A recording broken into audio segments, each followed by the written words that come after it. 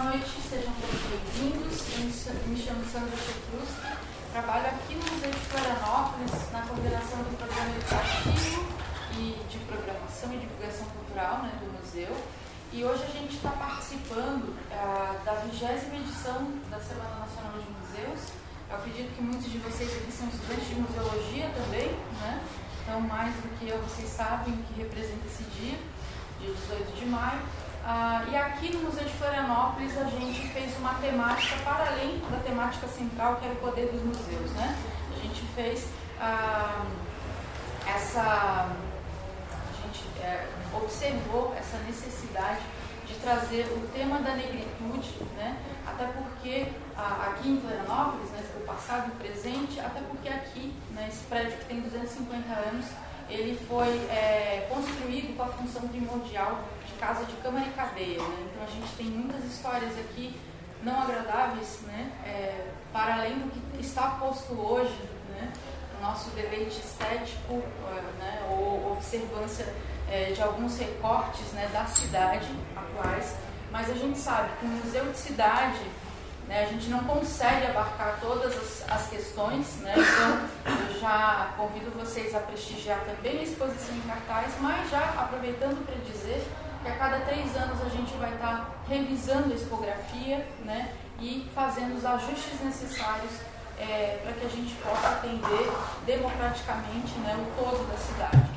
E tendo em vista isso também, eu queria dizer que essa programação ela foi realizada, né, composta conjuntamente. A gente faria aqui, né, uma relação de muitos nomes, né? Eu começaria até pela Sara, que é a nossa estagiária aqui no museu, estudante de História. O Fábio Garcia nos ajudou também na indicação de nomes, né, de pessoas importantes que pudessem participar dessa programação. A professora Jerusi Romão, entre outros convidados e também membros da nossa equipe. Eu acho que eu falei bastante. Dizer também que essa mesa é a primeira das 3 que a gente vai realizar. Aproveito para deixar o convite para a roda de conversa de amanhã, a mesa 2, que vai falar sobre protagonismo negro e feminino em Florianópolis.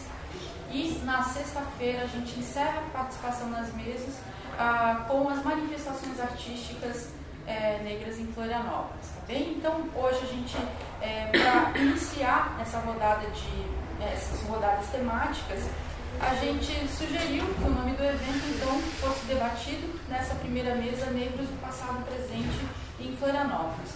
Convidamos o professor Valdemar Assis Lima, agradeço muito pelo aceite, agradeço também a professora Flávia Medeiros, a professora Alexandra Alencar, e ao Fábio, né, que aceitou fazer a mediação da mesa. Então eu vou começar apresentando o Fábio e o Fábio depois vai apresentar os demais convidados. O Fábio é historiador, é educador e eu combinei com ele de falar aqui que era fundador, mas não é fundador, ele é proprietário da editora Cruz e Souza, né, e militante do movimento negro na cidade. Eu agradeço o aceite de vocês por estarem aqui, a presença de todos, eu acho que é tão importante, né? Que bom a gente ver esse movimento, né, para uma conversa desse calibre, né? E é isso, pessoal. Muito obrigada. Obrigado, Sandra. Boa noite. Boa noite. Quarta-feira de muito frio lá fora e de muito calor humano aqui dentro. Primeiramente, queria agradecer imensamente a presença de todos que estão aqui presentes, né? Eu acho que um evento como esse, 20ª Semana Nacional de Museus, não poderia se fazer sem a presença das pessoas. Então, primeiramente, assim, agradecer de coração a presença de vocês nessa quarta-feira de tornado, ciclone, tufão, né, maré alta, frio congelante, massa polar, né, e nós aqui discutindo a história, presença negra no seu presente, no seu passado e com a sua projeção de futuro na cidade. Ao meu lado esquerdo temos a Flávia Medeiros, que fará a sua explanação na noite de hoje.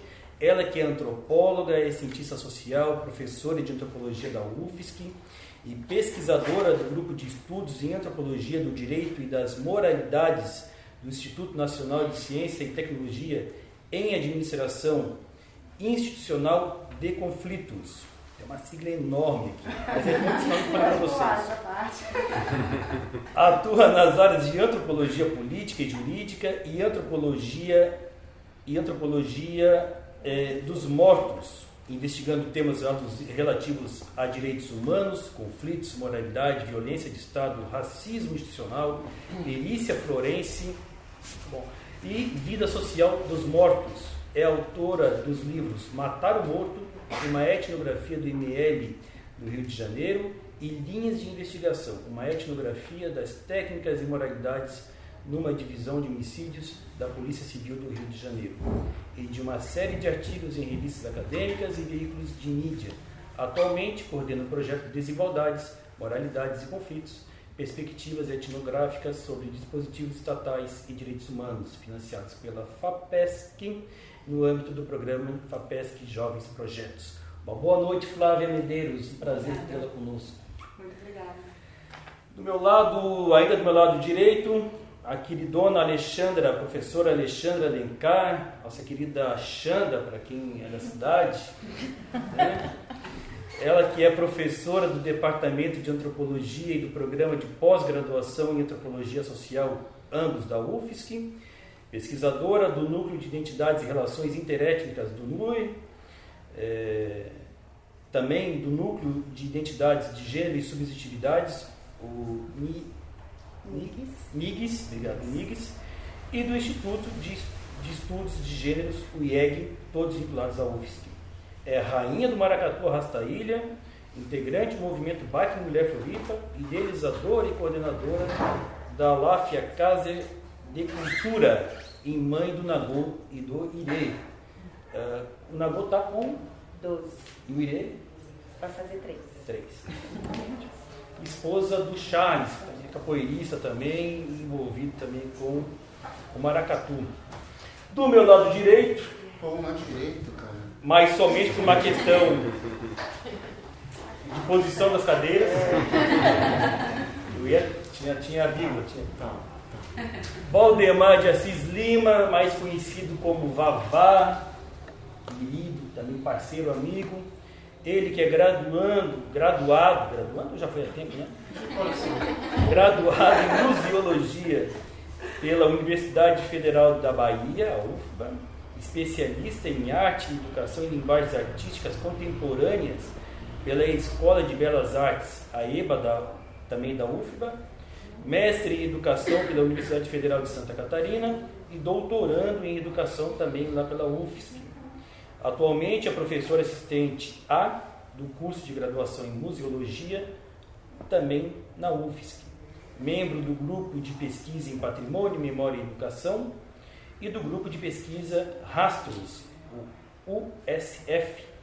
Tem experiências nas subáreas como Museologia decolonial, Educação Museal e Plano Museológico, no campo da Museologia, Educação para o Patrimônio, Sociologia da Educação e Antirracismo, no campo da Educação e Pessoas e Gestão de Pessoas, Gestão de Projetos Culturais, no campo da Gestão, atuando principalmente com os temas Patrimônio Cultural, Patrimônio Material, Diferenças Culturais e Identidades, Museus e Musealidades, Processos Museais, Educação e Uso Social da Memória, Requalificação de Espaços Culturais e Animação Cultural. Pessoal, uma salva de palmas poderosa.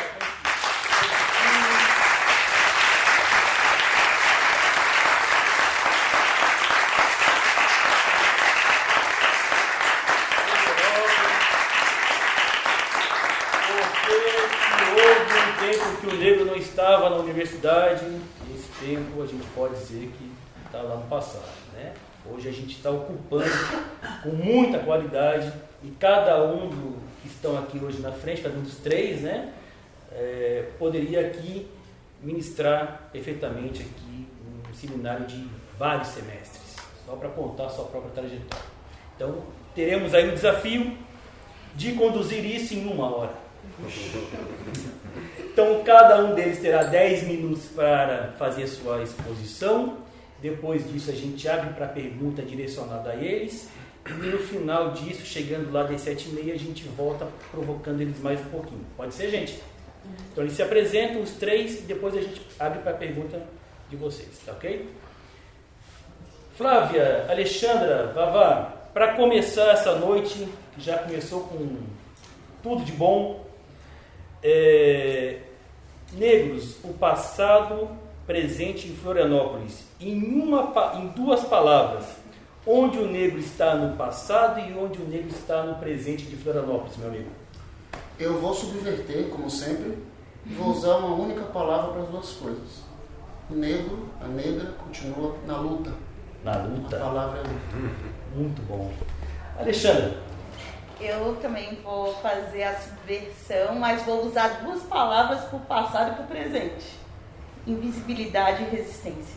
Invisibilidade e resistência, muito bom. Flávia. Vai estar uma condição difícil aqui. Eu vou falar do presente, né? Porque eu acho que o passado também, né? A ressignificação que a gente faz o tempo todo no hoje, né? E acho que o negro, a população negra, está onde a gente conseguir conquistar e onde a gente quiser, né? E a gente está aqui hoje no museu, então vou falar a gente está aqui agora, nesse momento. Perfeito, o aqui e agora. O aqui e agora, perfeito. Bom, ótimo. São todos amigos, né? Vocês já viram que já subverteram a mesa, né? Tá ótimo, tá ótimo. Bom, gente, então para começar, isso aqui é para descontrair, já é um ping-pong, tá? Tornar a nossa noite mais dinâmica, né? Então, eu começaria então com a Alexandra Alencar, tá? Que fará a sua apresentação. É isso, Alexandra? São vários temas. São vários temas. Minha amiga, a partir de agora, seus 10 minutos. Tá, vai me avisando, né? Então, primeiro de tudo, quero pedir licença a toda essa ancestralidade que me rege esse espaço e rege todos nós. Quero agradecer imensamente a presença de vocês aqui. Estou vendo muitos rostos conhecidos, muitos estudantes, né? Que eu fiz uma propaganda da semana nas 2 turmas que eu dou aula. Estou muito feliz de ver o pessoal ocupando esse espaço. Quero agradecer também ao museu, e aqui na figura da Sandra, porque a gente sabe que muitas vezes peitar propostas como essa não são fáceis, ainda mais dentro de uma estrutura racista que a gente vive. Então, quero parabenizar aí todos os funcionários que estão na luta diária institucional para fazer as coisas acontecerem. Quero também agradecer aos meus colegas aqui de mesa, mais uma oportunidade de diálogo, pessoas aí que são ativistas, parceiras de muito tempo, de agora, né? Então, muito bom a gente saber que não está sozinho nessa caminhada. Queria também falar sobre essa 20ª Semana Nacional dos Museus, né, que tem aí como esse tema nacional o poder dos museus.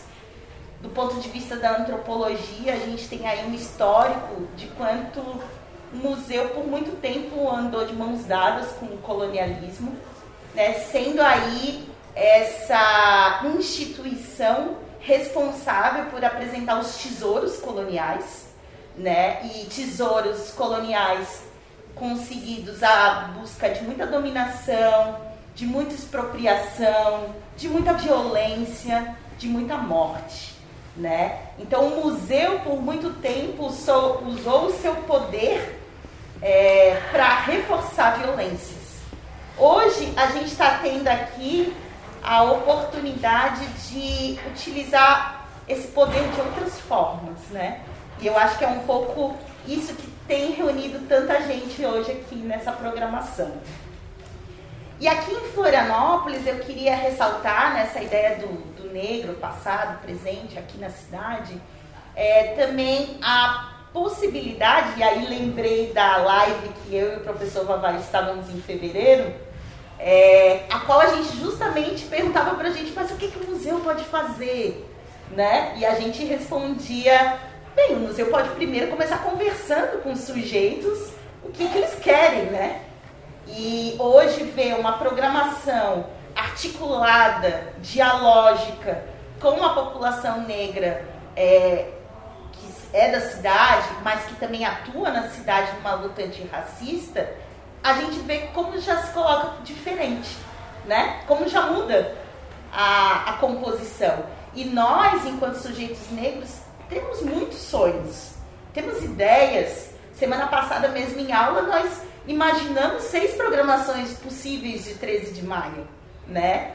Então, assim, ideias a gente tem. E agora a gente está num papel muito pedagógico de mostrar para as pessoas que vêm com o argumento de mas a gente não sabe como fazer. Não tem problema, a gente ensina vocês. A gente está trabalhando no nosso pedagógico, né? Então, assim, a minha contribuição do lugar onde eu falo, né? Para além de pesquisadora, eu sou uma ativista, né? Principalmente falo do lugar do maracatu. Então eu queria começar cantando uma toada para vocês, que é como se fala música no maracatu, é chamado de toada. Essa toada, eu vou trazer minha cola, né? Essa toada se chama 13 de maio e é da nação Porto Rico, fundada em 1916. Então percebam, né, a reflexão. Eu sei, minha origem é Nagô, é Nagô, é Nagô, é Nagô, é Nagô, é. Eu sei, minha origem é Nagô, sei de onde vim, mas pra onde vou, Senhor. Sei de onde vim, mas pra onde vou, Senhor. Onde estão nossas origens, que a história não registrou? Onde estão nossos heróis da história, que num passado de glória com destemor, entre os deuses heróis mostramos que o líder maior, Zumbi, nunca foi o bicho mal da história, que muitas vezes na escola com medo ouvi: viva 13 de maio, negro livre no Brasil. Mas a bem da verdade foi um 1º de abril. Viva 13 de maio, negro livre no Brasil. Mas a bem da verdade foi um 1º de abril. Então essa música fala de histórias. Histórias que nos contam. E as histórias são importantes, porque quando a gente lê uma história, a gente tece todo um imaginário, a gente se identifica, né? A gente cria muitas vezes identidades a partir das histórias que nos são contadas. A Chimamanda Ngozi, ela vai falar do perigo da história única, né?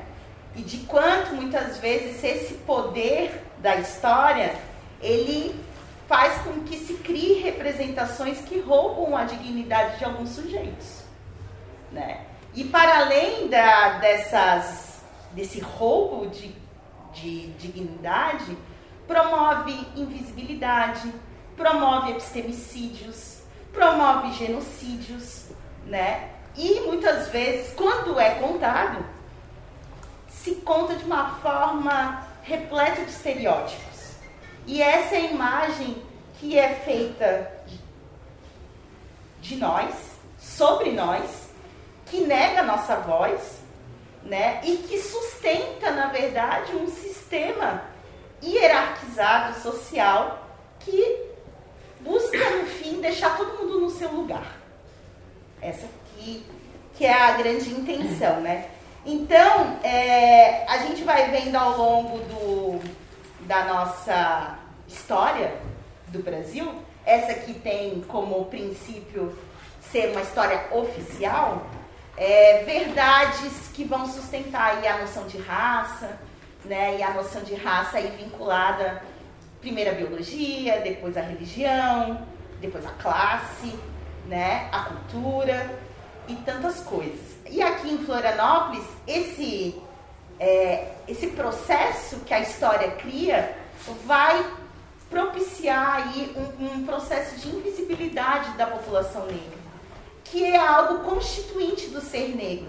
Então, quando eu, por exemplo, fiz o meu vídeo lá em 2016, Cidadão Invisível, a pergunta que me motivava era que as pessoas que vinham de fora chegavam para mim e perguntavam: mas tu é daqui? E dentro dessa pergunta estava assim: mas tem negros aqui? né? Então, assim, você crescer com esse apagamento da sua existência te causa fraturas que, quando tu tem acesso à análise, nem a análise vai dar conta, né? Então, e aí as resistências são diárias, né? Então, primeiro na luta pela sobrevivência, depois a luta por afirmar a sua existência, né? Para depois afirmar as lutas por melhores condições de vida, por reconhecimento, por valorização. Então, assim, para começar essa fala inicial, e aí, né, tanto eu venho desenvolvendo algumas reflexões sobre esse papel nocivo da invisibilidade, mas também, e tem outros pesquisadores, como a própria professora Ilka Boaventura Leite, que já tem aí anos estudando essa questão. Eu queria chamar a atenção do museu para esse lugar constitutivo dessa população negra. Então, quando o museu se pretende discutir isso, ele tem que pensar nesses processos históricos que vão invisibilizando uns, né? Ele tem que pensar nas representações que são criadas sobre essas pessoas e começar a permitir oportunidades e espaços que essas pessoas falem por si e não sejam faladas por. E, principalmente, o museu tem que sair do 13 de maio. Ele tem que criar ações permanentes, não só aqui dentro. Porque se o museu quer ser uma instituição ativa, ele também tem que estar lá fora. Inclusive, é aqui fora que, em todo o carnaval, aparece aí os desfiles dos blocos afro, né? A gente com Maracatu, Afro Catarina, e tantos outros grupos, o Corigiaide, que já vem há alguns anos aí trabalhando com a cultura negra. É nesse espaço público no entorno da praça que a gente circula, né? E agora a gente tem aí um projeto sistemático da prefeitura de venda do centro da cidade. E eu pergunto, onde que está o museu nessa luta com a gente, né? Então, assim, não dá para só, agora fizemos o nosso evento, vamos fechar as portas e continuar aqui dentro, porque lá fora o pau tá pegando. Então, assim, a gente fica muito feliz de estar aqui, mas a gente deixa aqui o convite para que o museu esteja lá fora também, né? E principalmente, até repensando, mesmo numa programação como essa, dialógica, de que muitas vezes o preço social não abarca todo mundo. E que a gente tem que pensar alternativas outras de incluir quem quer estar aqui e não pode, né? Então, acho que para começo de conversa é um pouco isso, e agradecer mais uma vez pela oportunidade.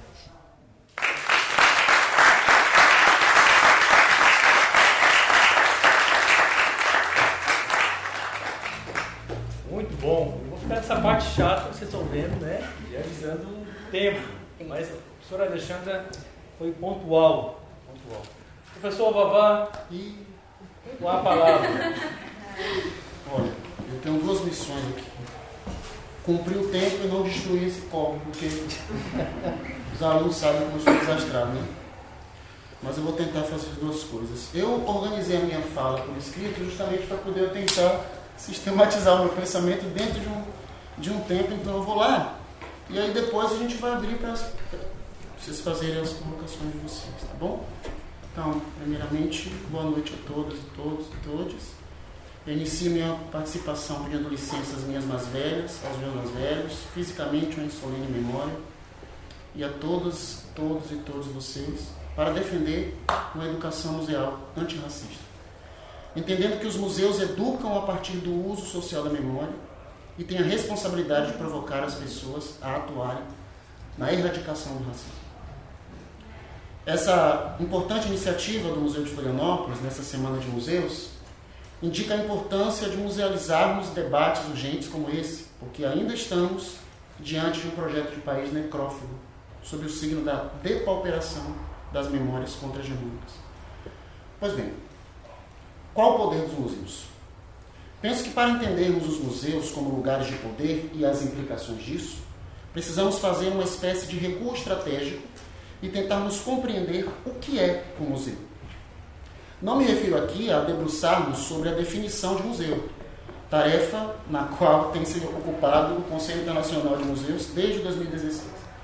Sobre isso, o professor Mário Chagas bem nos lembra que o museu não está circunscrito ao próprio conceito de museu. Os museus são possibilidades, são propostas, são diferentes exercícios de direito de museu. Ou, como prefere a professora Luísa Helena Costa, os museus são viagens. Não estamos tratando de conceito, mas sobre compreender de que se constitui o processo museu. A Lei 11.904, que institui o Estatuto de Museus, reza, em seu artigo 1º, que os museus são instituições a serviço da sociedade e de seu desenvolvimento. E o parágrafo único desse mesmo artigo afirma que os museus visam ao desenvolvimento cultural e socioeconômico e à participação das comunidades. Mas de que sociedade está se falando aqui, nesse estatuto? Desenvolvimento em que perspectiva?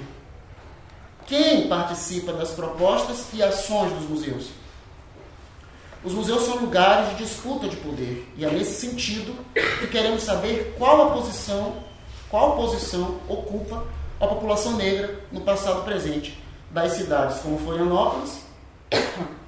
E quando pensamos nos registros do passado presente em Florianópolis, que lugar ocupa as negras memórias? Fazendo um breve arrazoado memorialista sobre grandes nomes brasileiros que passaram por Florianópolis, temos intelectuais, educadoras, educadores, artistas que são referências negras por sua trajetória e participação em um projeto próspero de país. A memória registra negras passagens por Florianópolis, cidade fora do eixo Rio-São Paulo, que foge dos grandes debates sobre as relações étnico-raciais, que prefere, por outro lado, ostentar a sua branquidade, reivindicar e festejar um localismo identitário branco europeu. O racismo explica o porquê de algumas dessas ilustres negras passagens, quando aqui na cidade estiveram, não terem sido musealizadas, ou serem pouco documentadas e não terem visibilidade à altura da sua importância histórica. A professora e memorialista negra Jerusi Romão, em seu livro sobre Antonieta de Barros, menciona a visita do primeiro deputado negro do Brasil, o pernambucano Manuel Monteiro Lopes, nos anos 1900. E a passagem do grande compositor e flautista negro Patato Silva, do Rio de Janeiro, que veio a falecer aqui em Florianópolis em 1907. Apesar dos poucos registros a respeito, não nos é de todo desconhecido que o célebre maestro e compositor negro Pixinguinha e sua banda, na década de 1920, também passaram por Florianópolis. E décadas mais tarde, o sociólogo negro Alberto Guerreiro Ramos também esteve aqui, inclusive tendo sido professor convidado da Universidade Federal de Santa Catarina. Somam-se a essas negras referências brasileiras que passaram por Florianópolis a insígne Lélia da Almeida Gonzalez, que na década de 80 veio participar da 6ª Jornada de Educação na UFSC, e na ocasião também esteve na sede da Escola de Samba Copalode. Quem viu Lélia Gonzalez quando esteve em Florianópolis? Embora essa passagem da Lélia por aqui não tenha causado muita reverberação, a professora Jerusi Romão, citada anteriormente, esteve com Lélia nesse evento na sede do Copalode, junto com o professor Flávio da Cruz, correligionário da Lélia, que a levou para esse evento na sede da Escola Carnavalesca. Será que Lélia soube que estava na terra da Antonieta de Barros, primeira deputada estadual de Santa Catarina e do Brasil? Lélia conheceu Antonieta quando esteve aqui? Visitou o poeta João da Cruz de Souza? Alguém lhe apresentou ao músico e poeta negro Trajano Margarida? Ou ao escritor negro e farmacêutico Ildefonso Juvenal da Silva? Museus são feitos de gente, por gente e com gente. Logo, é importante saber quem são essas gentes. Qual a sua imaginação museal? Que política de gestão defendem? O que entendem por musealização? Que vontade de memória é essa que move o seu sentipensamento museal? Que projeto de museu representa? Os museus são possíveis laboratórios de experimentação do uso social da memória e têm na educação a sua precípua função social. Ser um lugar de base educacional infunde nos museus grande responsabilidade social na construção e operacionalização de políticas educacionais que oportunizem a compreensão do devir das memórias de diferentes grupos, entendendo-as como elaborações, reelaborações, significações, ressignificações da dinâmica social. Os museus criam processos de construção de significados. Assim, se faz necessário elucidar em que medida há o reconhecimento e utilização deles como espaços para uma educação antirracista das relações étnico-raciais, em acordo com as leis 10.639, de 2003, e 11.645, de 2008. Igualmente importante é averiguar como essa possibilidade de uso educacional contribui ou não para a construção de uma concepção decolonial de museu, em serviço do antirracismo e em prol de uma sociedade efetivamente igualitária. Decolonialidade é entendida aqui como um projeto político de resistência e desconstrução de padrões, conceitos e perspectivas hegemônicas de ser e estar no mundo. Uma articulação sentipensante de enfrentamento à colonialidade e ao pensamento moderno capitalista. O racismo é estruturante para a engenharia moderno capitalista elaborada pelo pensamento hegemônico deste sistema mundo perverso. Assim, mais do que reconhecimento às diferenças, o antirracismo implica no empenho pela justiça racial, com a produção das condições materiais de existência das pessoas negras com vistas à transformação social. O Atlas da Violência de 2020, divulgado pelo IPEA e pelo FBSP, Fórum Brasileiro de Segurança Pública, traz dados escandalosos sobre a precarização da vida da população negra. Gente negra constitui 75% das vítimas de homicídio nesse país. As chances de suicídio são 45% maiores entre a juventude negra brasileira. No Brasil, apenas 7% entre as pessoas negras têm ensino superior completo. Mas o que os museus têm a ver com as vidas negras? Vidas negras importam para os museus? O filósofo Walter Benjamin nos ajuda a refletir sobre as narrativas como meio de acesso à memória. Segundo essa premissa, eu, enquanto sujeito de memória, narro e essa narrativa me faz acessar, trazer à tona a memória. Como os museus são campos de disputa de poder, quem detém o poder de narrar também é detentor ou detentora do poder de eleger que memória será musealizada. E sobre isso, somos convidados a exercitar o nosso criticismo. Os museus são espaço do poder da memória ou da memória do poder? Quem define não é a retórica institucional, e sim a política de gestão do museu. Daí a importância dos museus e demais processos museais chamarem a si a responsabilidade de provocar debates como esse em que estamos agora, sobre o papel que desempenham ou querem desempenhar na contemporaneidade.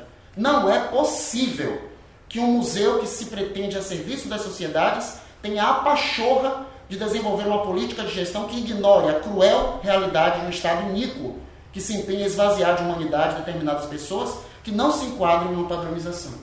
O museu antirracista se opõe à colonialidade do poder, se insurge a partir de um projeto de gestão em oposição a esse poder hegemônico que é branco, patriarcal, misógino, cisnormativo, LGBTQIAP+, fóbico, cristanicista e que desqualifica pessoas confinadas à zona do não ser, como diria o Fanon, para submeter, agredir, estuprar, incendiar, matar subjetividades, dignidades, vidas. Alio-me ao pensamento museológico da professora Valdísia Rússio, uma das mais importantes intelectuais da história da museologia brasileira, para afirmar que um museu que não se compromete com a defesa das vidas negras se compromete com a morte de todas as vidas. Concluo com a minha indignação museal, me movendo a perguntar o que ou quem está impedindo a requalificação arquitetônica do prédio da Escola Antonieta de Barros para a criação do primeiro centro de referência educativo museal negra de Santa Catarina. Precisamos ter a coragem de sermos éticos numa sociedade de cínicos. Muito obrigado.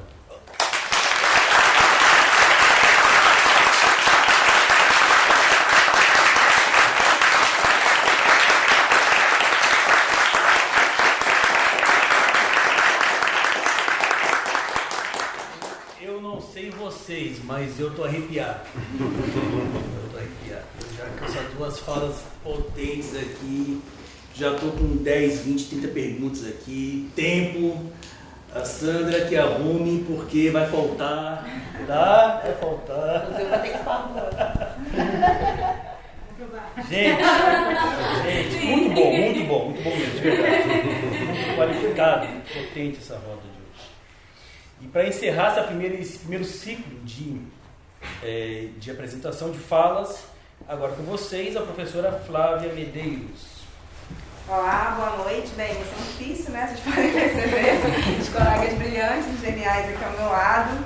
Então, eu vou trazer algumas questões que eu preparei para a gente dialogar e pensando também em coisas que eu imaginei que Chandra e Jadá fossem também elaborar, mas obviamente minha imaginação é muito limitada. Mas eu quero iniciar agradecendo, né, o convite de poder participar aqui da mesa dessa atividade, de poder compor aqui com os colegas essa reflexão e também agradecer ao público presente, né, por estar aqui nessa noite para a gente poder fazer essa troca.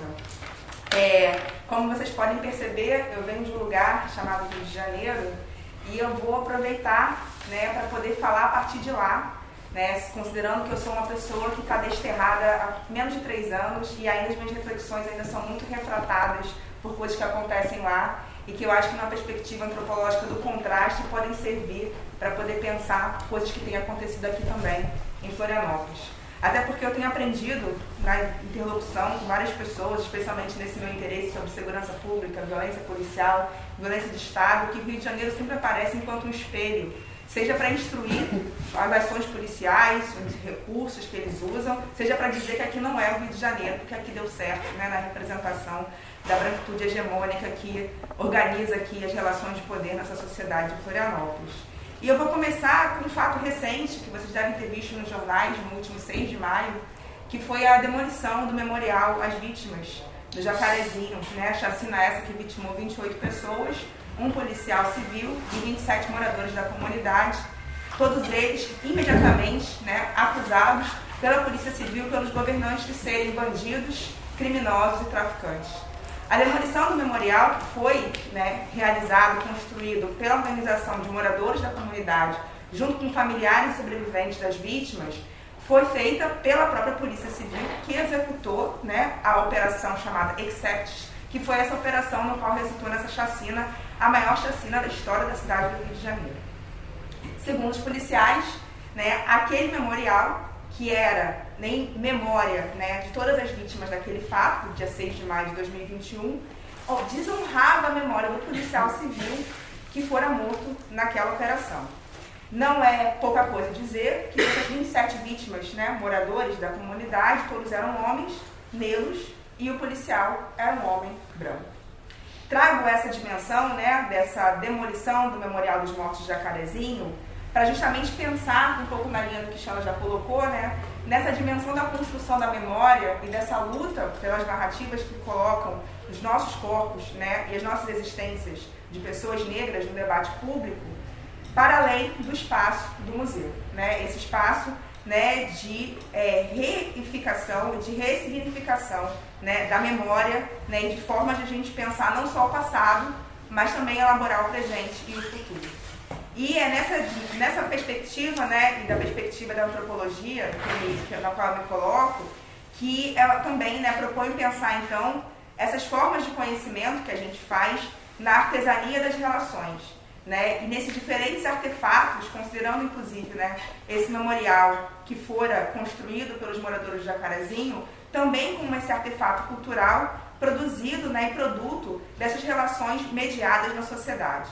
Né? Então pensar, para além das instituições, dos discursos, tecnologias de governo que marcam a modernidade, como Vavá bem colocou, né? A modernidade colonial, racista, patriarcal, né? Cristã, mas também pensar, né, as formas de artefatos culturais que são derivados, né, das próprias comunidades, dos seus próprios contextos.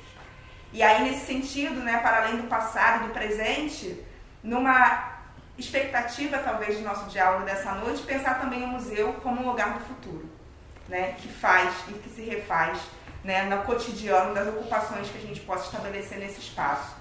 Nesse sentido, né, eu quero também, dialogando aqui com os colegas, né, penso nas falas que me antecederam, pensar nesse lugar da relação, né, do papel da memória para a construção do futuro. E aqui a chave, né, que eu venho pensado para elaborar essa reflexão é a noção de reparação.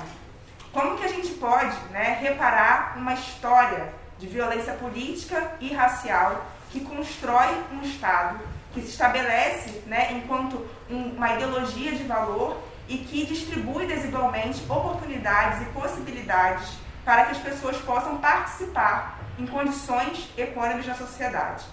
A Xanda falou da invisibilidade, né, ela tem trabalhado há bastante tempo com essa discussão e com ela eu aprendo, né, na nossa relação, inclusive como colegas da universidade, sempre sobre isso. E eu quero pensar num outro aspecto, que é a hipervisibilidade. Essa hipervisibilidade que se dá no tempo e no espaço e que manipula estereótipos raciais e de gênero, que colocam nós, pessoas negras, em posições de delimitação das nossas possibilidades e potências no mundo racista. É pensar no lugar da mulher negra invisibilizada durante bastante tempo na nossa sociedade, em vários espaços, mas que no carnaval, né, é objetificada pelo estereótipo racial, como Lélia Gonzalez nos ensinou, da mulata, né, do samba. É pensar na hipervisibilidade que a gente vai ver quando a gente segmenta o nosso olhar para certas carreiras profissionais, para certas atuações de trabalho, né? É pensar nessa dimensão dos lugares onde mulheres negras e homens negros são delimitados e se tornam hipervisíveis por conta justamente desse jogo, né, de visibilidade que é produzido pelo modelo do racismo colonial. E é pensar na hipervisibilidade quando a gente vai falar da violência. Seja na violência de Estado, seja na criminalização, seja nesse lugar de vítima, no qual os nossos corpos, né, são sempre tratados como corpos alvo, né, e representativos dessa violência tão naturalizada e normalizada na nossa sociedade. É pensar, portanto, né, dessa possibilidade de uma memória que se dê como uma reparação que é simbólica. Porque a gente sabe, eu aprendo cotidianamente com o movimento de mães familiares, que não tem como a gente reparar a perda de alguma pessoa. Mas que a gente pode lutar pela reparação para impedir que outros jovens negros, que outras jovens negras sejam vítimas dessa violência que atinge nossos corpos. E aí, por isso, né, que penso com vocês aqui, na necessidade da gente transformar os espaços públicos nessa produção de uma visibilidade e do reconhecimento da população negra, né, e de sujeitos racializados, não apenas das pessoas que se autodeclaram negras, mas de todas aquelas que não são consideradas humanas justamente pela forma como somos vistos, né, pelos outros que nos racializam nas relações, e aqui incluo, portanto, a população indígena, né, a população, pessoas consideradas amarelas, que englobam uma diversidade enorme de pessoas migrantes, né, aqui em Florianópolis é um lugar de fluxo migratório global, né, uma coisa que eu aprendi recentemente, é super cosmopolita, eu não fazia ideia de vir para cá, né, da quantidade de gente do mundo inteiro que vem para Florianópolis, né, então pensar nessa visibilidade, nesse reconhecimento dessas populações racializadas como parte da sociedade de Florianópolis. Né? Então, é nesse sentido que, para colocar aqui as questões, né, a Xanda já trouxe um pouco dessa dimensão, o Vavá também, né, de quem tem o poder de contar essas narrativas, de quem tem o poder de definir essa memória social, nessa dinâmica de lembranças e esquecimentos, de invisibilidades e hipervisibilidades, dessa construção, né, de identidades individuais e coletivas que permitem a gente esse sentimento, né, de continuidade, de superação de uma história do passado, mas de construção de um futuro para que essa história não se repita. Nesse sentido, né, além de pensar quem conta essas histórias, né, quem conta essas narrativas, quem constrói, né, essas representações, é a gente questionar como que se contam essas histórias. Né? Quem tem o poder de definir o que se lembra e o que se diz. Quem tem o poder de definir, né, a forma da representação que nossos corpos e nossas ideias, né, de nossos lugares no mundo vão ser elaborados. E aí, né, para concluir a minha consideração, eu vou trazer uma cena, né, de uma memória, inclusive Vavá e Tainá estavam comigo nesse dia, nessa noite de festividade, foi num festival de música aqui em Florianópolis, no qual um DJ, um homem negro, projetou, enquanto tocava músicas brasileiras, imagens de corpos negros, num grande telão, né, uma grande estrutura, inclusive, e imagens de corpos negros vítimas da violência. Ele trazia, entre essas imagens, o caixão da Marielle Franco, cenas de tortura policial, cenas de linchamento, além dos rostos de uma série de vítimas, incluindo João Pedro, menino de 12 anos, que foi morto pela polícia em São Gonçalo, no Rio de Janeiro, município da onde a minha família reside, que hoje faz 2 anos, inclusive, da execução de João Pedro, a quem eu dedico aqui minha fala.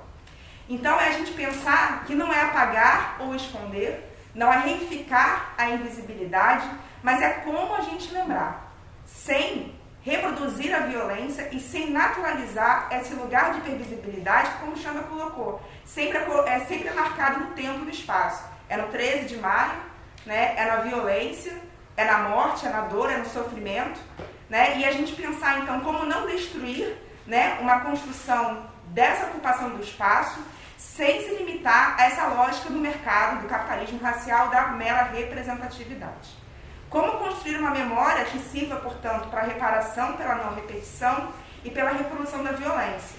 Temos trabalhado, né, pedagogicamente no letramento racial, e aí quero destacar o projeto que com o Xanda coordenamos na UFES, que o EBOICS tem, que é um projeto de produção, né, de divulgação da produção dos nossos estudantes na disciplina de estudos afro-brasileiros, para pensar formas, né, de circular o conhecimento que a universidade elabora para fora, para a sociedade, né, a partir, né, de pedagogias antirracistas e decoloniais. E esse letramento racial que não tem que se limitar somente a nós, pessoas negras, né, mas, sobretudo, numa sociedade hierarquicamente racista e majoritariamente racializada como é a sociedade de Florianópolis, às pessoas brancas. Nesse sentido, né, penso eu, que não podemos manifestar e continuar reproduzindo a sensibilização pela violência e pela dor, mas na afirmação da nossa diversidade, da nossa particularidade e da nossa possibilidade de transformar, para que nós não tenhamos mais, né, que lidar com a dor e sofrimento que os nossos antepassados e as pessoas do nosso momento presente estão sendo alvo. Então, é isso. Obrigada.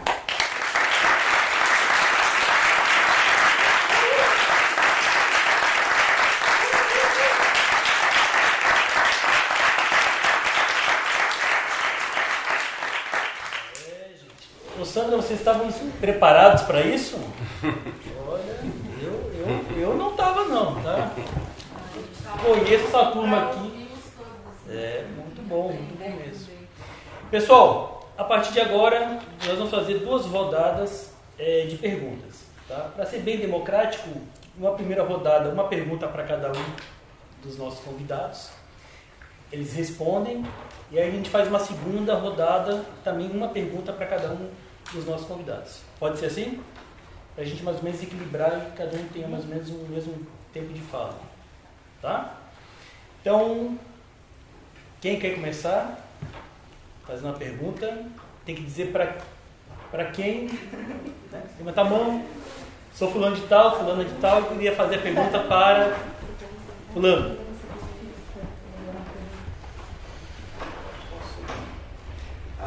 Boa noite, então. Meu nome é Rafael Campos, eu sou arquiteto. Eu faço doutorado na UFSC e eu estudo a relação entre a construção de espaços públicos e a negritude. E a minha pergunta, eu não sei, mas pode ser para qualquer um de vocês, para Alexandra ou para Vavá.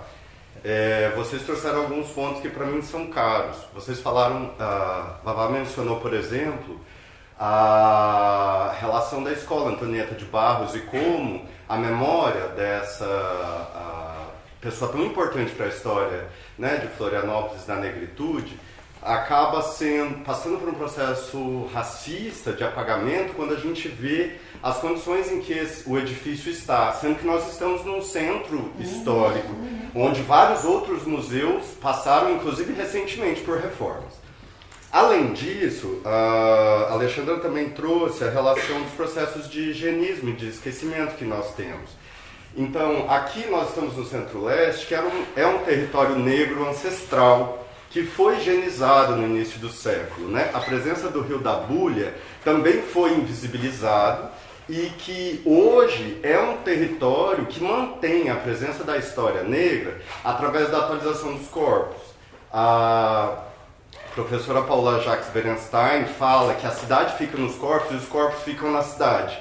E a gente percebe que esse território, apesar da moradia das pessoas negras terem sido apagadas e expulsas, a cultura se mantém através do samba, que nasceu nessa região, que se mantém nessa região e que se mantém como inclusive, como uma ação de atualização da própria Escola Antonieta, quando se produz o samba da Antonieta como uma ação de tentativa de resgate dessa memória.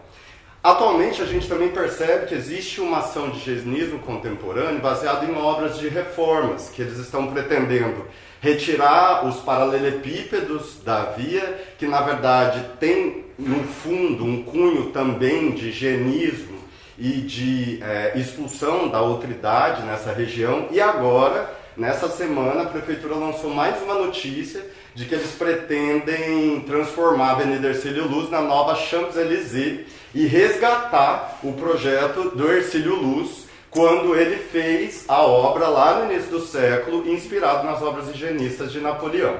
Então eu queria que vocês comentassem como esse território é um território de memória negra. E mais um dado, a gente percebe também cotidianamente a ação policial expulsando a população, as ações violentas, que inclusive, eu sei que a gente não deve enfatizar a violência, mas que eu percebi através de uma ação de expulsão em que eu estava aqui e a cavalaria veio para cima da gente com bombas de gás de efeito moral e outras formas de expulsão que realmente ficaram marcados na minha pele, na minha existência. Então eu queria que vocês comentassem como é que esse território histórico pode ser transformado num museu e como que vocês percebem esses embates que para mim são embates por controle de corpos territórios negros, já que para mim esse território é um território negro ancestral que continua em disputa. Eu queria que vocês comentassem sobre isso. Obrigado, Rafael. O Rafael deu uma dica aqui já para seminário, né? Mas tá ótimo. Já que ele endereçou mais ou menos já para a Xande e para o Vavá, eu pergunto se alguém tem uma pergunta para a Flávia. Eu tenho um quinhão para falar também no comentário do Rafael. Tem também?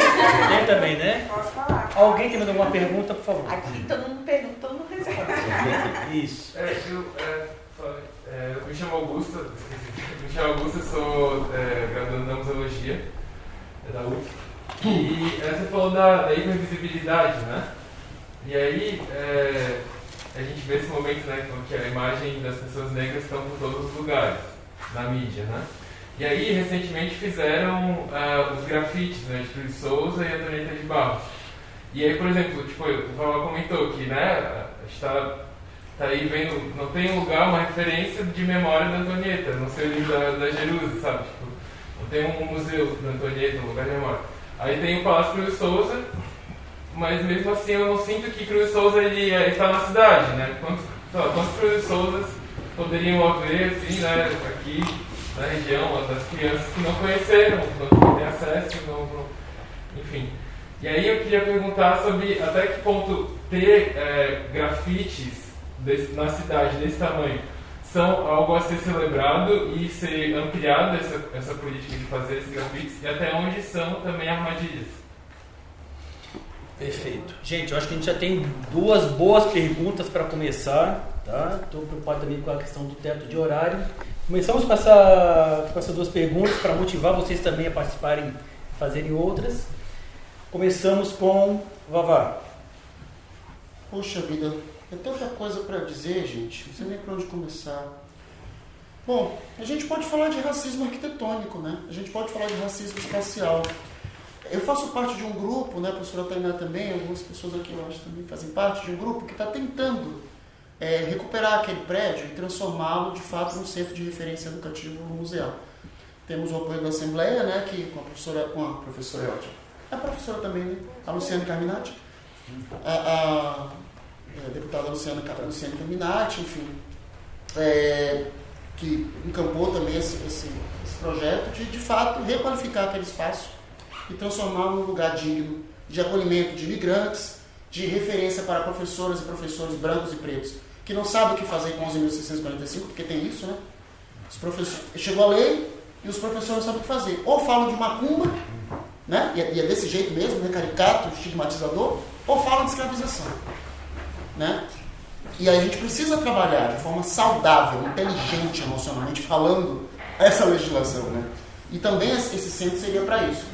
Só que a Assembleia encaminha para o DESC e diz: DESC, faz a reforma, requalifica esse espaço, para que a gente possa de fato ter esse centro de referência. E a UDESC protela, a gente está em vias de quase que perder, tem a vigência disso, né? E aí a gente está nisso. Eu, a partir da minha chefia de departamento, eu pedi para solicitar uma chave para poder entrar lá naquele espaço, né, como professor, como pesquisador, para entender o que está acontecendo ali e também vislumbrar possibilidades. A gente sequer obteve resposta da UDESC, né? E a gente soube que a chave da Escola Antonieta de Barros fica sob a responsabilidade do Museu da Escola Catarinense. Não entendi, né? Por que a gente precisa pedir ao Museu da Escola Catarinense acesso, né, para poder utilizar, para poder, enfim, acessar a escola. Então, a gente está vivendo aqui no centro, né, como você muito bem colocou, Rafael, um processo de gentrificação. As escolas públicas estão sendo expulsas do centro, né? As pessoas pretas estão sendo expulsas do centro, né? Fisicamente, também na perspectiva da polícia, que chega também expulsando. Então, assim, como é que as ruas podem ser espaços de salvaguarda de uma memória preta? Com muita luta, com muita articulação, fazendo isso que a gente está tentando fazer com toda a dificuldade do mundo, porque sim, existem forças poderosíssimas contra a criação desse espaço, né? Nós não temos em Santa Catarina um centro de referência de memória e cultura negra. A gente quer um só. São centenas de espaços brancos e embranquecidos e a gente está querendo para honrar uma mulher que foi professora, né, naquela escola, estudou na escola catarinense, foi professora na escola que leva o seu nome e que é uma referência nacional, né? A gente tem o Dia do Professor por causa da Antonieta de Barros. E a gente vê, não, o Dia do Professor foi sempre a primeira professora é branca, né? Então é isso. O Cronos está me dizendo que é para o sabe? Cronos, ó, com tesoura. Mas é isso, eu acho que eu queria dizer isso, assim, é muita luta, é articulação, é a universidade, são os grupos negros, né? Nós, jovens, professores, idosos, enfim, articulados, somando, colando nesse grupo, por exemplo, que é uma das perspectivas, para poder a gente pressionar e conseguir, porque tudo que beneficia as pessoas pretas beneficia toda a sociedade. Tudo, qualquer coisa, você escolha qualquer coisa que beneficie.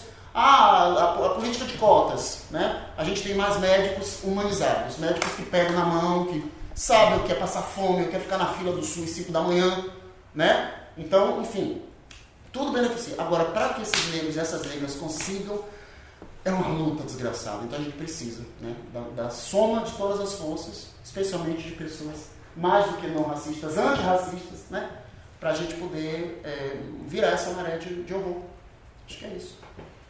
Muito bom, Vavá. Obrigado. Eu vou ficar na parte chata que eu falei hoje. Na parte chata. Professor Alexandre.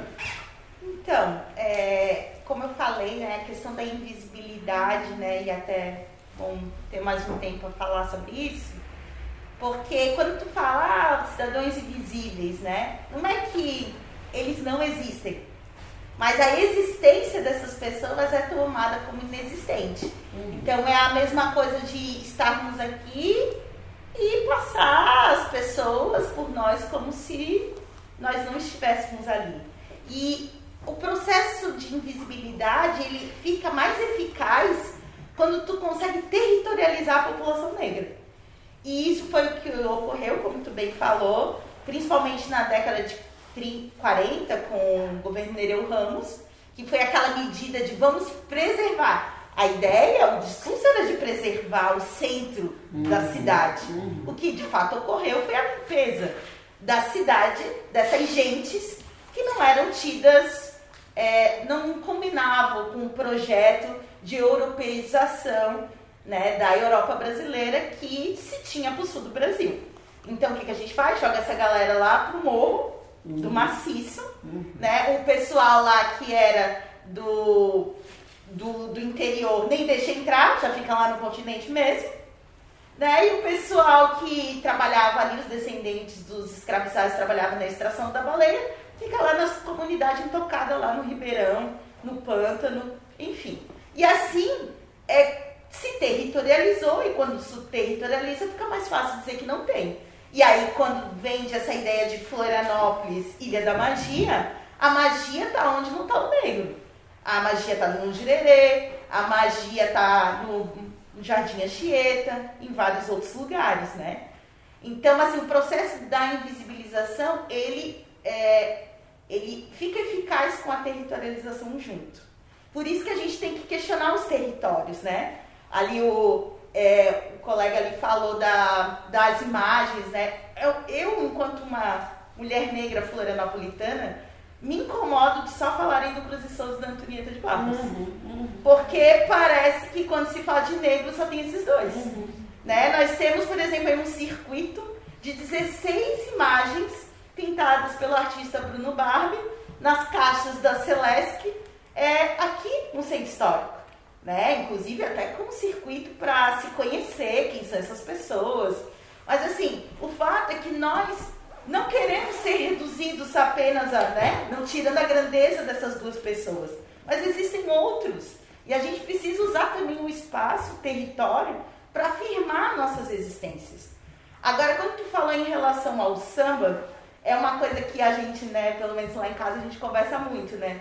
O quanto essa ala leste com o samba, ela aumenta não só a visibilidade para essa cultura negra, mas com um processo também de gourmetização da cultura negra.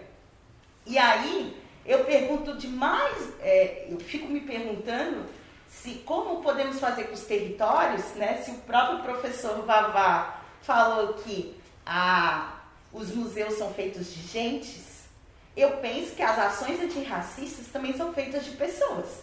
Não é a rua, o espaço físico que vai resistir. São as pessoas que estão na rua. Então eu fico me perguntando até hoje, por que é tão divulgado o samba da Antonieta e não tem nenhuma placa, inclusive do estabelecimento que promove o samba, dessa situação da escola.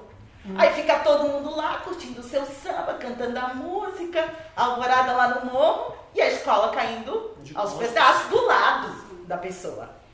Eu e o Fábio, que nascemos aqui, a gente teve a oportunidade de ver essa escola funcionando. Inclusive, quando eu participei lá nos idos de 1900, lá atrás, a gente com o bloco Rastafari, a gente ocupava durante os períodos de férias escolares a escola com o bloco. E aí uma sala era de costura, a outra sala ficava os instrumentos, a outra sala a gente treinava as coreografias.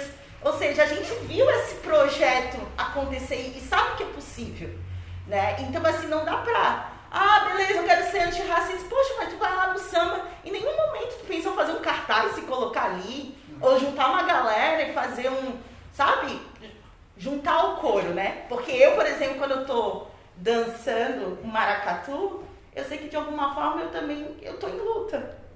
Eu tô cantando, eu tô dançando e eu tô lutando. Então é um pouco isso. Eu acho que assim, a gente precisa também se colocar partícipe dessa luta. O que eu posso fazer hoje para isso? É um pouco isso. Muito bom. Vem pra luta, né? Sustenta pisada, né? Sustenta pisada. Foi evento na casa da LAF, não foi? Foi, né? Sustenta pisada, arrasta aí, né? Isso. Professora Flávia, por gentileza.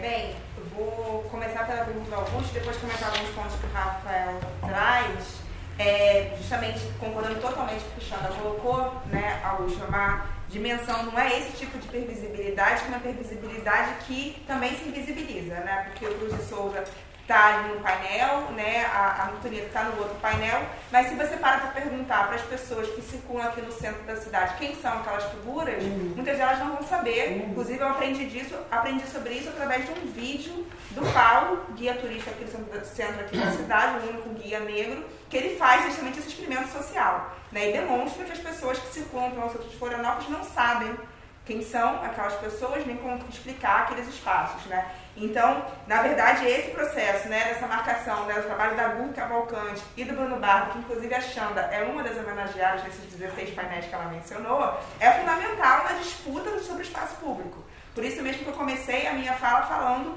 do memorial que os familiares da Jacarezinho construíram e lembrando, por exemplo, de um outro caso de violência policial que aconteceu aqui em Florianópolis, na Costeira, do menino Naninho, de 12 anos, que foi morto, e que as ações, as manifestações que os familiares fizeram na região foram altamente reprimidas pela polícia. Inclusive, mesmo no próprio dia da morte do Naninho, a polícia já falou que ele estava com arma no troca de tiros e que não ia investigar nem nada, né? Então é esse tipo de disputa que a gente tem que se colocar, de fato, nessa disputa da construção da memória que está no espaço público, né, e difundir, né, quem são essas pessoas, quem são essas histórias, né, para marcar uma outra forma de visibilidade que não essa, né, da violência, da agressão, da vitimização, mas, né, da valorização dessas pessoas, né, enquanto sujeitos. Então, é um pouco nesse sentido, né, superar o apagamento, mas também disputar as narrativas como essas histórias são contadas, né. E aí, um pouco, né, pensando nisso, né, e na questão que o Rafael traz, dessa violência policial aqui do Centro-Leste, eu também já passei algumas vezes por esse tipo de situação, a cavalaria com spray de pimenta, com não sei o quê, né, essa situação bizarra, né, que acontece da polícia aqui em Florianópolis. Eu lembrei, né, não sei como está esse projeto agora, mas que havia na Câmara de Vereadores, né, a tentativa, acho que era pela Carla Aisa ou outro mandato, da renomeação ali do passeio para Marielle Franco, e o argumento, né, de vereadores foi que não, porque Marielle não é do Rio de Janeiro, não é daqui, então não vamos colocar o nome de Marielle Franco, né, então tem uma disputa também, né, dos espaços simbólicos. Mas eu queria particularmente mencionar uma população, né, que está aqui em frente, na Praça 15, que é a população de rua, altamente invisibilizada, né, nessa forma também de ocupação daqui, do centro da cidade, né, tem toda a política feita ali na passarela Negro Querido, né, também numa representação de uma outra figura que ninguém sabe quem é direito, não fala sobre isso, mas dá o nome, é um espaço fundamental para a passarela do samba, e que ela é utilizada hoje, né, como acolhimento totalmente dominado pelas igrejas, que têm as organizações sociais que dominam todo o serviço de redução de danos e de atendimento à população de rua, que é um processo de privatização da assistência social que marca Florianópolis e que é difundido como uma política pública, mas que na verdade é a terceirização de políticas públicas. E aí, dialogando com a Sheila nesse sentido, eu acho que a gente também tem que lutar, não só enquanto sociedade, né, no espaço público, pela cidade que a gente quer, mas por políticas públicas, né, que sejam políticas públicas da cultura, políticas públicas de assistência social, né, e essa disputa desse poder, né, que aqui é totalmente destinado àqueles que têm, né, capital e sobrenome. Né, e a gente que tem Santos Silva, Souza, Vieira, Correia como sobrenome, né, a gente fica nesse lugar, né, de não ser reconhecido, né, de não estar nessa disputa também pelo poder. Assim. Então, o caso aqui do Centro-Leste, e particularmente essa situação da população de rua estigmatizada e invisibilizada, também eu acho que a gente tem que somar nesse conjunto, né, de questões que você traz pra gente. É isso. Muito bom. Vocês são parabéns. Muito bom. Pessoal, eu queria só contribuir com as perguntas, dizer que em Florianópolis nós temos 2 leis aprovadas de criação de museu para a população negra. A primeira é do vereador Márcio de Souza, acho que dos anos 2004, 2002, tá? Depois eu posso passar para a Sandra e quem quiser posso repassar essa lei certa. E a outra do vereador Tiago Silva, tá? Que era o Museu do Negro. O do Márcio era a Casa do Negro e a do vereador Tiago Silva, o Museu do Negro. Ambas aprovadas sem regulamentação, por isso é que não estão em prática. Né? Todo mundo sabe, né? Você aprova a lei e aí falta regulamentação. Né? Ver de onde vai vir o dinheiro, que espaço público é esse, que equipamento que será destinado, e como que será preenchido, quem fará a gestão, tudo isso é alvo de regulamentação. Então, tanto a lei do Tiago quanto a do Márcio carecem de regulamentação. Tá? Essa é uma primeira questão. Uma segunda questão é referente ao livro da professora Giruzi Romão. Alguém falou, a professora Giruzi Romão é a única coisa que tem. Temos também o livro infantil da Eliane Dedos, também sobre a Antonieta de Barros. Tá? Este ano, 121 anos da morte, do nascimento de Antonieta, e comemoramos este ano o centenário de morte de Abdon Batista, governador de Santa Catarina negro. Ou seja, ele ocupou por 2 ocasiões o Palácio Rosado, que era a morada dos governadores. E aí eu gosto de sempre trazer isso, porque a gente não sabe. Nós desconhecemos que tivemos já um governador negro, né, que é o Abdon. As pessoas que moram no município de Abdon não sabem quem foi Abdon, e nem as pessoas que moram em Joinville. Né? Uma vez que ele foi médico, dono de jornal, era conhecido como o rei do mate, e teve uma extensa vida política. Só para vocês entenderem, foi vereador em Joinville, prefeito, deputado estadual, deputado federal, senador da República e governador de Santa Catarina. Então, só para a gente pensar na disputa por memória, território, o quanto que a gente precisa ainda fazer, lutar, se movimentar, né, se articular, né, mobilizar em prol dessa memória. Pessoal, nós estamos às 7h30. Eu queria ver se nós temos ainda alguma pergunta. Dou-lhe uma, dou-lhe duas, dou-lhe três. Isso. Bom, então passamos para a etapa final, que são as considerações. Tá? Eu queria de antemão agradecer imensamente ao convite feito pela Sandra, pelo museu, nessa 20ª Semana Nacional, né, de Museus. Agradecer mais uma vez, e eu vou agradecer no final, mas mais uma vez, gente, vocês não sabem o quanto que isso aqui é potente, né? Reverberar, continuar esse debate em outros locais, né, professor? E agradecer imensamente a presença da professora Flávia, professora Alexandra e do Vavá, que trouxeram aqui várias questões para a gente pensar nessa quarta-feira de muito frio lá fora. Professora Flávia, por gentileza, as suas considerações finais. Bem, eu quero primeiro agradecer a todo mundo, né, por essa conversa nessa noite e só fortalecer, né, as considerações dos colegas, né, nessa luta, nessa produção, né, de reflexões antirracistas, né, e nessa transformação dessa cidade, né, que acolhe tantas pessoas, tantos lugares, incluindo, né, como uma migrante aqui em Florianópolis, né, e nessa produção da diversidade e que a gente consiga esse ano tão importante, né, nas decisões da nossa sociedade como um todo, né, tanto de pontos de vista nacionais, mas também locais, em diferentes aspectos, conseguir se organizar e transformar, nem que seja um pouco, né, essa realidade que tanto nos preocupa e também é fundamental para a gente pensar nossas trajetórias, nossas existências para frente, né, para que, como eu falei na minha fala, esse passado, seja remoto, seja recente, né, ou seja, esse presente tão incômodo que a gente viva, não continue, não se repita. É isso, muito obrigada, gente. Bom, professora Alexandra.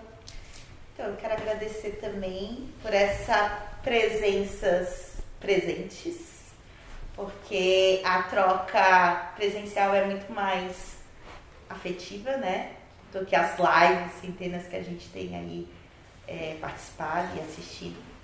Eu, assim, nessa minha busca, que é uma busca muito constitutiva, né, de entender a invisibilidade negra do Sul, porque também me atravessa.